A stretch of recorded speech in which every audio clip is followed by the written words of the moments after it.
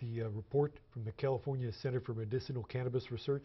Yes, I'm very familiar with it, and there's a number of studies from that are cited in my book. I've actually not looked at the final report in any detail, the one that just came out recently, but I'm aware of the overall the conclusions that there are a lot of evidence that it has there is a lot of evidence that herbal cannabis has medicinal uses. Do you think this report might help bring cannabis out as legalizing in terms of decriminalizing it, legalizing it? You know, it's interesting. And many of the doctors who do the medical cannabis recommendations feel that if you're going to take if you're going to be honest about the safety profile of herbal cannabis compared to some other medications, and also honest about the breadth of its possible uses. Some people use it for migraines. Some women use it for menstrual cramps. People like it for arthritis, and as you know, with MS, muscle spasms, and the list goes on and on.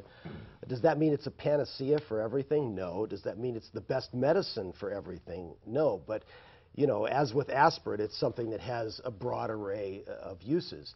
And so a lot of the doctors who do herbal cannabis recommendations feel that if we were honest about the safety profile and about the breadth of applications, we would make it available as an over-the-counter, you know, alternative medicine or therapeutic substance.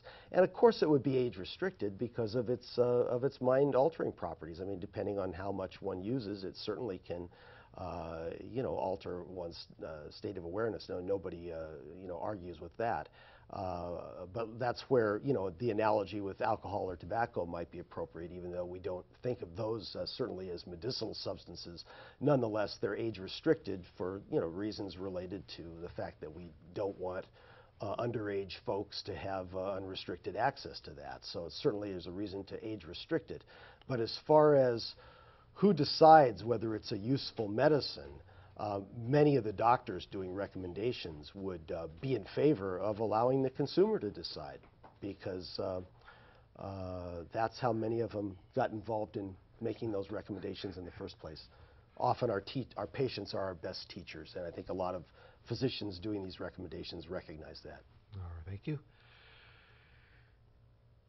I know that GW Pharmaceuticals from Great Britain has made approval in Canada. It's available in Canada. Is there any more data on its approval process in the United States? You know, I'm not.